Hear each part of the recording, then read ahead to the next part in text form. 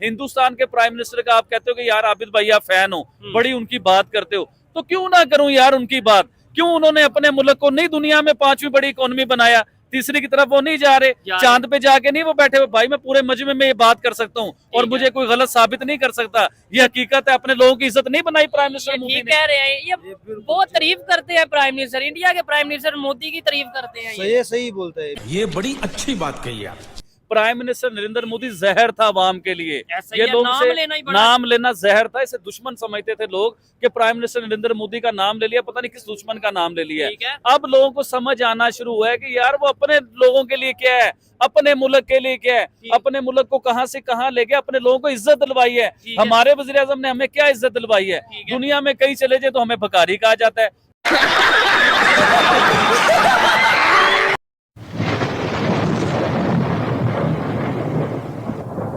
नमस्कार दोस्तों, क्या हाल है। होप करता हूँ कि आप ठीक हो गए और स्वागत करता हूँ आपका हिंदुस्तान डॉट में। दोस्तों, पाकिस्तान में एक आबिद अली नाम का लड़का है, वो पीएम मोदी का बहुत बड़ा फैन है। दोस्तों, वो कहता है कि मोदी जी ने अपने टेन्योर में इंडिया को दुनिया की 5th लार्जेस्ट इकोनॉमी बना दी और अगले 5 सालों में दुनिया की 3rd लार्जेस्ट इकोनॉमी बना देगा।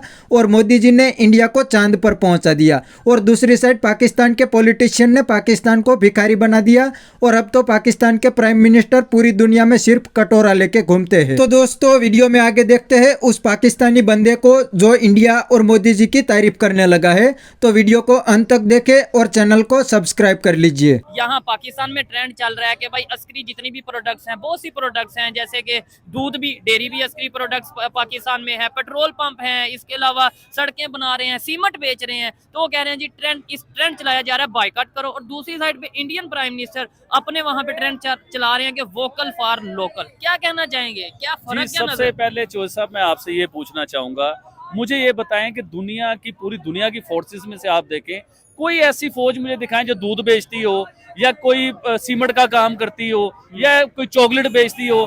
मुझे नहीं लगता कि ऐसे सिलसिले पूरी दुनिया में कहीं हो रहे होंगे। अगर हो भी रहे हुए हैं तो आप मुझे प्लीज कमेंट बॉक्स में मुझे लाजमी बताएं कि ऐसे मामला हो रहे हैं कि नहीं हो रहे। लेकिन पाकिस्तान में जो मामला हो रहे हैं कि ये अपनी कंपनीज को या किसी चीजों को बैन कर रहे हैं या उसके लिए कह रहे हैं बाइकआउट कर रहे हैं, पब्लिक कह रही है कि बाइकआउट कह रहे हैं कि हम बाइकआउट करेंगे। लेकिन अब हम कंपेयर करते हैं हिंदुस्तान के साथ। देखिए, अभी वोकल फॉर लोकल की आपने बात की, देखिए हिंदुस्तान क्या कर रहा है और हिंदुस्तान के प्राइम मिनिस्टर क्या कर रहे हैं। उन्होंने क्या ऐलान किया कि हर शहर की जो प्रोडक्ट है उन्हें अपने लोगों का उसके ऊपर फोकस करे, उसे परचेज करे, उन्हें यूज करे, क्योंकि अपने शहर की इकोनॉमी भी बेहतर हो उस चीज को लेके। लेकिन उन्होंने साथ ये भी कहा, देखे उन्होंने पूरी दुनिया की कंपनी तो हिंदुस्तान में ले आए, पूरी दुनिया की हिंदुस्तान में कंपनी लाने के बाद उन्होंने कहा जी अब मेरे हिंदुस्तानी इंजॉय करो, यानी कि पूरा खेलो, पूरा इंजॉय करो। ट्रेंड चलाया made for India, made in India, made for India.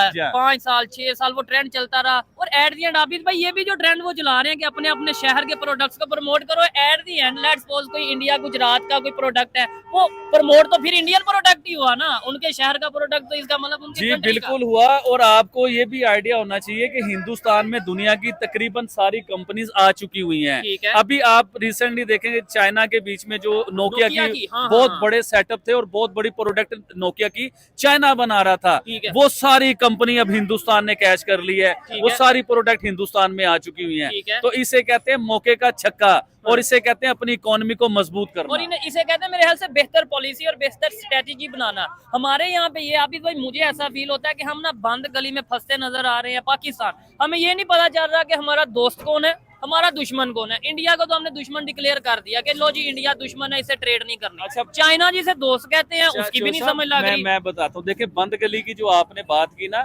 हकीकतन हमें बंद गली में बंद करके और बाहर से एक दरवाजा लगा के उसे ताला लगा दिया गया हुआ है कि हम उस गली से बाहर भी ना निकले। अब चाइना जो हमारा बेस्ट फ्रेंड है, जिसे हम अपना चड्डी फ्रेंड कहते हैं, जिसे हम अपना दोस्त कहते हैं, कि पूरी दुनिया में कोई मुसीबत आएगी तो चाइना सबसे पहले बचाने वाला हमें होगा जी, हमारे साथ चाइना खड़ा होगा। आपको याद होगा चाइना ने एक लिस्ट अपनी जारी की है जिसमें उसने बताया कि पूरी दुनिया के बीच में जहां जहां उसने अपना कर्जा दिया हुआ, पाकिस्तान नंबर 1 पे आया। 29 बिलियन का जो है ना कर्जा ही पाकिस्तान को बताया गया। अब मैं चाइना से ये बात करना चाहूंगा कि चाइना तो अपना है, अपने थोड़ा सा तो आसरा कर लेते हैं यार, लेकिन चाइना ने थोड़ा सा भी आसरा नहीं किया। क्या जरूरत थी भाईजान, क्या जरूरत थी चाइना को वो लिस्ट जारी करने की। पूरी दुनिया में पाकिस्तान की रसवाई करवाने की, ठीक है। पूरी दुनिया में बताने की कि 29 बिलियन का कर्जई जो है ना वो पाकिस्तान भी है। मेरा है। थोड़ा सा तो उसे ख्याल कर लेना चाहिए था। इस तरह तो IMF ने भी हमें जलील नहीं किया जिस तरह ये चाइना हमें जलील कर रहा है। ठीक है। और मैं ये चीज समझता हूँ कि भाई देखे, दोस्ती का तो यही मकसद है ना कि लेट्स सपोज मैंने अगर आबिद भाई के पैसे देने हैं 10 लाख 20 लाख, आबिद भाई बजाय पूरे बाजार में ये कहेंगे सोहेब ने मेरे पैसे देने हैं, मुझे पर्सनली कह सकते हैं, ठीक है। तो पूरी दुनिया में अनाउंस किया, नंबर 1 पे हम आए, पाकिस्तानी टॉप किया हम लोगों ने कर्जा देने में। हमने कभी ये सुनने को नहीं मिलता कि यार हमने इकोनॉमी में टॉप कर रहे हैं, ठीक है। हम एजुकेशन में टॉप कर रहे हैं, हम AI में टॉप कर रहे हैं, किसी टेक्नोलॉजी में टॉप कर रहे हैं, कुछ चांद पे जाने पे टॉप कर रहे हैं। हमें सुनने को मिलता है कि हम कर्जे में टॉप कर रहे हैं, हम IMF से कर्जा लेते हैं, टॉप का कर्जा होता है, हम चाइना से कर्जा लेते हैं, टॉप का कर्जा होता है, सऊदी अरेबिया से कर्जा लेते हैं, टॉप का कर्जा होता है। इवन के हम इंतजार कर रहे होते हैं, दाएं बाएं देख रहे होते हैं कि हमें कर्जा देगा कौन। तो हमें इसके ऊपर बड़ा सोचने की जरूरत है कि हम टॉप कर रहे हैं कर्जों के बीच में। हमें टॉप करना चाहिए अपने मुल्क के लिए, अच्छा ही करने के लिए। जबरदस्त। आबिद भाई एक खबर ये भी है, खबर नहीं बल्कि ट्रेंड ये भी चल रहा है, शायद आपने देखा हो कि भाई अभी ओवरसीज पाकिस्तानी ये कह रहे हैं कि हम पाकिस्तान में डॉलर नहीं भेजेंगे।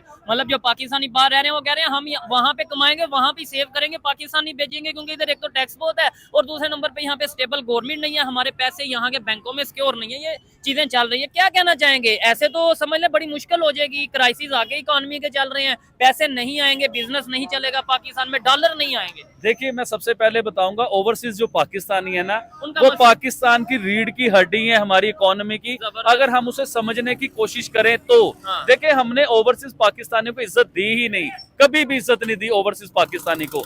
और सबसे बड़ी बात, ओवरसीज पाकिस्तानी देखें उधर जाके मेहनत करता है, डॉलर कमाता है, वो डॉलर पाकिस्तान भेजता है, उस डॉलर को पाकिस्तान भेजने के ऊपर भी बहुत बड़ा टैक्स देना लगता है। पड़ता है उन्हें।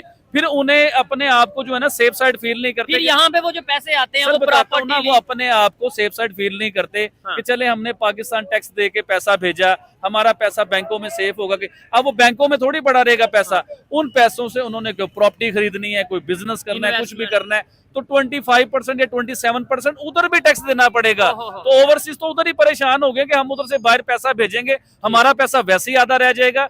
ये होता है मुल्क तरक्की क्यों नहीं करते। अच्छा ठीक है। तो दोस्तों यह था पाकिस्तानी पब्लिक का रिएक्शन, और यह पाकिस्तानी बंदे ने बिल्कुल सही बात बताई कि दुनिया की कोई आर्मी अपना धंधा नहीं करती, अपनी कंट्री को डिफेंड करने के लिए जॉब करती है, लेकिन पाकिस्तान आर्मी तो पाकिस्तान में धंधा करती है।